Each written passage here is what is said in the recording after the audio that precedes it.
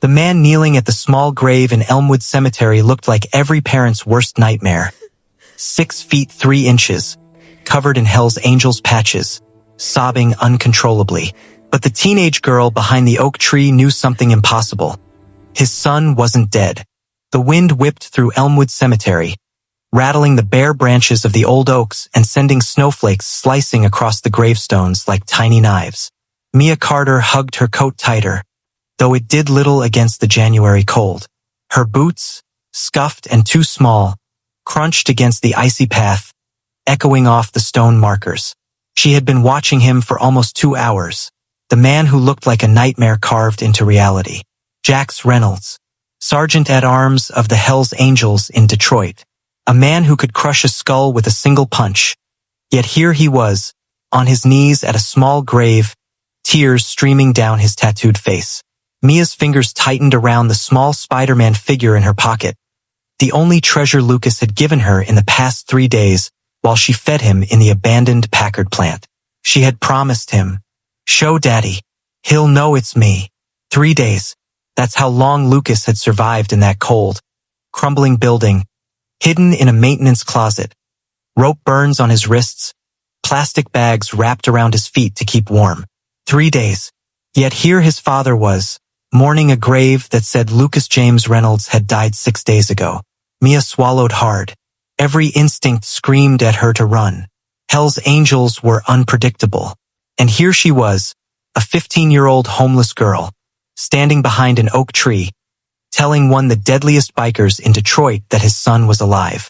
"Sir," she whispered into the freezing air, her voice barely carrying. "He's behind the factory. He's alive.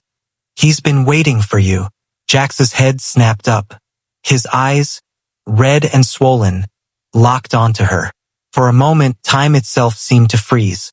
The massive man, 6 feet 3 inches, leather vest adorned with patches of outlaw legend, Hell's Angels, Sergeant-at-Arms, Detroit, looked like he might crush her with a glare alone. "Get lost, kid," he growled, a sound like gravel being ground underfoot. Then he turned back to the grave, shaking violently, sobbing like a child. But Mia's mind was only on Lucas. She remembered his wide green eyes, the way he had whispered her name in fear, and how he had handed her the toy with trembling hands. She stepped closer, careful, fingers numb from cold. "Sir, I need to tell you something about your son," she said, her voice quivering. The words made him freeze. Slowly, he stood to his full height, the patches on his vest catching the fading afternoon light. Skull with wings, names she couldn't read from here. He was terrifying. "What did you say?" His voice was low, dangerous, every syllable a threat. Mia pulled the Spider-Man figure from her pocket, holding it forward with shaking hands. "Your son, Lucas, he gave me this. He said to show you. You'd know it's real." The massive man stared at the toy, his face drained of color, white as snow. His scarred knuckles tightened around the leather of the bench behind him, then relaxed slightly, trembling. "Where did you get that?" he whispered, voice breaking. "Behind the Packard plant," Mia replied, urgency building, words spilling faster. "There's a broken window leading to a sub-basement. There's a little boy, 8 years old. He's been hiding for 2 weeks. He's cold, sick. He thinks you don't want him anymore. They showed him the newspaper. It said he died." Jax stumbled backward, almost falling onto the icy ground, then steadied himself against a stone bench. He took the toy from her, holding it like it might shatter in his hands. "This isn't possible," he muttered. Disbelief, recognition, hope, and horror flashed across his face simultaneously. He has rope burns, cigarette burns, broken fingers that healed wrong. Mia continued, her voice gaining strength. "He's eating whatever he can, coughing. I think his ribs are broken. He's dying, sir. Waiting for you to find him." 5 seconds passed, then 10. Snow swirled around them as if time itself had slowed. Finally, Jax surged to his feet, grabbing Mia's shoulders with a grip strong enough to snap bones. But he didn't hurt her. His eyes were wide with emotion, searching her face for any sign she was lying. Where exactly? He demanded. Packard Plant, East Side, Building 3. Steam tunnel entrance, broken fence. Follow the tunnel to the sub-basement. Third door. Gap at the bottom. That's where he is, she said, steady now. She had rehearsed this route countless times in her head during her nightly walks to feed him. Jax's hand released her. He pulled out his phone with hands shaking violently. Dialed, held it to his ear. Virex, I need every brother we've got. Packard Plant. East Side. Now. A pause. Mia could hear a voice questioning him. My son might be alive.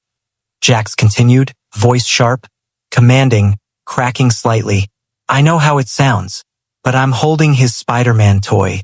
She's telling me things only he would know. We need everyone. Now. Click. He ended the call, eyes never leaving Mia. Get on the bike. You're taking me there right now. Mia had never been on a motorcycle. She climbed on behind him, arms around his leather vest, the engine roaring to life. The cemetery disappeared behind them at a speed that should have terrified her. But all she could think about was Lucas. The streets of Detroit blurred past them. Wind cut through her coat, icy fingers against her skin. Red lights ignored. Cars narrowly missed them. The abandoned Packard Plant rose like a skeletal giant. Broken windows gaping, graffiti covering every surface, shadows stretching like claws. Jax skidded the Harley to a stop near the east side fence. The engine died, but he was already off, scanning the area. What's your name? He asked, voice softened just enough to seem human. Mia Carter, she whispered. I'm Jax Reynolds. If you're right, I don't have words for what you've just done, he said, eyes wet, voice tight with emotion. She led him to the broken fence, over icy concrete, down the steps to the steam tunnel. The air grew colder, damp, filled with dripping water and the smell of rust. Icicles hung like daggers above them, every step echoing through the tunnel. Mia counted each turn, each junction, leading him to the third door she had described. The door was blocked with debris. Jax pushed aside an old filing cabinet, the metal screeching against concrete. Step by step, inch by inch, the gap appeared. Through it, they could see a tiny shape buried under newspapers and a thin blanket. The boy who should have been dead. Lucas James Reynolds. Lucas, buddy, it's Daddy. Can you hear me?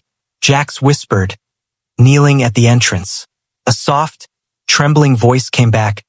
Daddy, this is the true story of Lucas James Reynolds. A boy who was supposed to be gone, but was saved by courage, loyalty, and the unlikeliest heroes. If you believe in heroes, the unseen and the overlooked, this story is for you. Hit subscribe to follow more incredible true stories that will change how you see the world. Drop a comment below and tell us where you're watching from. We read every single one. Turn on notifications so you never miss a story of bravery and hope. Channel reminder icon. Bellhop bell. Like button icon. Thumbs up. Remember, this is a true story. Sometimes, real life is stranger, scarier, and more amazing than fiction.